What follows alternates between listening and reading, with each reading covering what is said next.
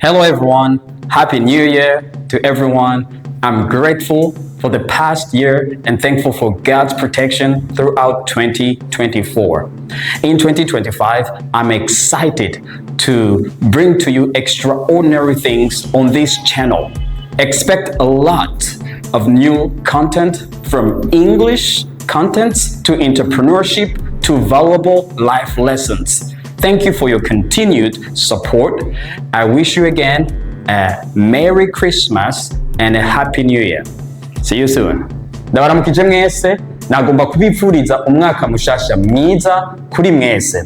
Ndashima cyane kubwo kurindwa n'Imana muri uno mwaka uheze w'ibihumbi 2024. Numva nezerewe cyane kubw'ibintu bikomeye tuzotangura kubashikiriza muri kino gihe gikurikira cy'umwaka kuri runo rubuga rwacu rwa Twige. Nitegeko tuzobashikiriza byinshi mu bijanye n'icongereza, gukora imigambi itandukanye, kandi tubashikiriza n'ubuzima bwa misi yose, inyigisho ngirakamaro. Turabashimiye rero mu buryo mubandanya mudushigikira. Ndabipfuriza kandi Noel nziza n'umwaka mushasha mwiza w'ibihumbi 2025. Turasubira vuba.